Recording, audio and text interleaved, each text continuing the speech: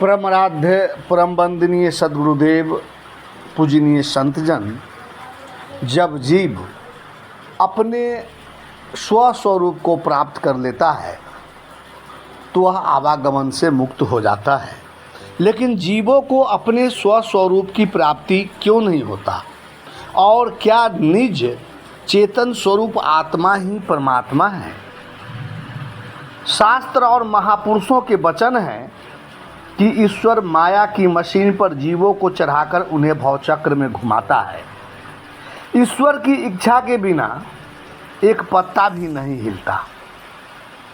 ईश्वर ने साफ पाक जीवों को संसार में डालकर किसी को अमीर और किसी को गरीब, किसी को सब अंगों से संपन्न और किसी को सब अंगों से गलित, किसी को बुद्धिमान और किसी को मूर्ख बना देता है। जीव के बिना कर्म किए उन्हें दुखों में डाल देता है। तो ऐसा ईश्वर तो बहुत ही भोला है, वह अपने भोलेपन में सबको रुला रहा है। पंडित, पादरी, महात्मा, मुल्ला हमेशा कहते हैं कि जीव तो असमर्थ है, वह बेचारा कुछ नहीं कर सकता। उसके मन और उसकी इंद्रियों से जितने कर्म होते हैं सब ईश्वर की प्रेरणा से होते हैं। बिना ईश्वर के इच्छा के जीव कुछ नहीं कर सकता। तो इसका तात्पर्य यह हुआ कि जीव कर्मों का कर्ता नहीं है। मनुष्य के जीवन से जो कुछ भले बुरे कर्म होते हैं वे ईश्वर की प्रेरणा से होते हैं। मनुष्य उन कर्मों के जिम्मेदार नहीं है। जैसा कि वेदों में ईश्वर को हृदय में ही बताया गया है, और जो हृदय में चेतन है वह अपरोक्ष स्वयं प्रत्यक्ष आत्मा ही है, जो अनुभव तथ्य है। बुद्धि रूपी दर्पण में देह की आसक्ति और विषय वासनाओं का मैल जम जाने से निज स्वरूप का ज्ञान जीवों को नहीं हो रहा है। जैसे वायु दीपक की ज्योति को कंपित करता है, वैसे ही विषय वासनाएं मनुष्य के मन को चंचल कर देती है। जैसे जल के हिलने से उसमें पड़े प्रतिबिंब हिलते रहते हैं, वैसे ही मनुष्य के मन को विषय वासनाएं घेर कर नीचे गिराती है। वेद, उपनिषद आदि धर्मशास्त्रों में ईश्वर को मनुष्य के शरीर में बताया गया है। वेद के ऋषि कहते हैं, इसलिए विद्वान लोग निश्चय पूर्वक इस देह में निवास करने वाले चेतन पुरुष को ही ब्रह्म मानते हैं, क्योंकि इस देह में सभी देवता उसी प्रकार निवास करते हैं जिस प्रकार गाय गौशाला में रहते हैं।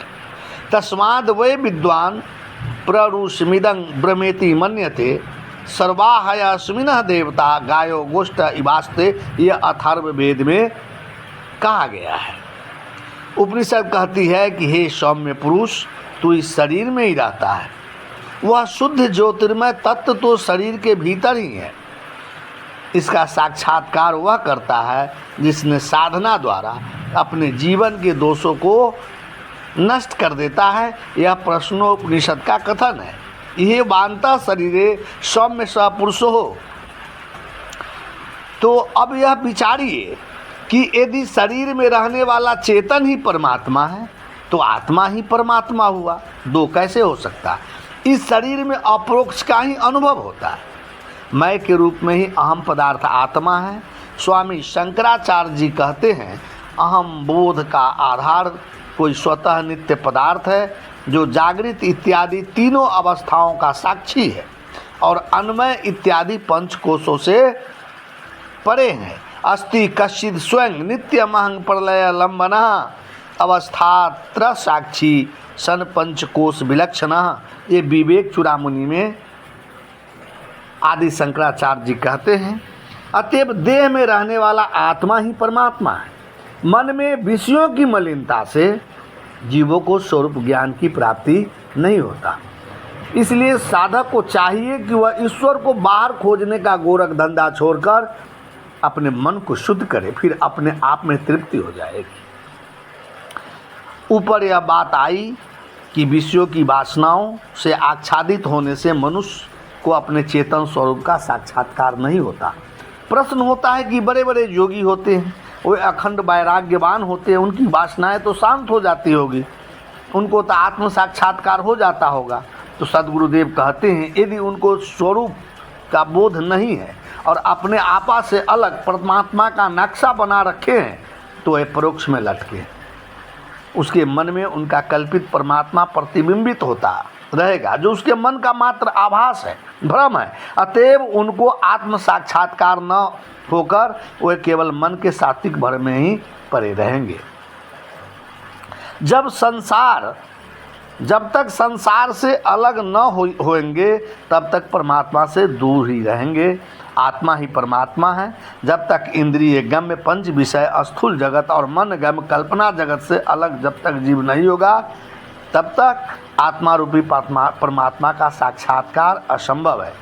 इंद्रियों से प्रतीतमान स्थूल पंच प्रपंच जगत और मन से कल्पित ईश्वर इत्यादि भी जगत ही है। मन इंद्रियों से शांत होने पर आत्म साक्षात्कार होता है। कठोपनिषद के ऋषि कहते हैं, जब 5 ज्ञान इंद्रियां और मन के सहित बुद्धि भी चंचलता छोड़कर शांत हो जाती है, इसी को परम गति कहते हैं। यदा पंचवतिष्ठन्ते ज्ञानाति मनसासः बुद्धिश्च विचक्षति तामहु परमाम गति। देहधारी की उपासना में डूबे गोस्वामी तुलसीदास जी भी जब तथ्य पर आते हैं तो कहते हैं कि गोचर जहाँ लगी मन जाई सो सब माया जानहु भाई। देखिए सुनिए गुनिए मन माही मोह मूल परमारथ नाही। गोचर इंद्रिय विषय और जहाँ तक मन जाता है, इसलिए हे भाई उसे माया ही समझना। जहाँ तक देखो सुनो और मन में नक्शा बनाओ, सब मोह का कारण बनता है, उसमें परमार्थ नहीं है। शाह बंदगी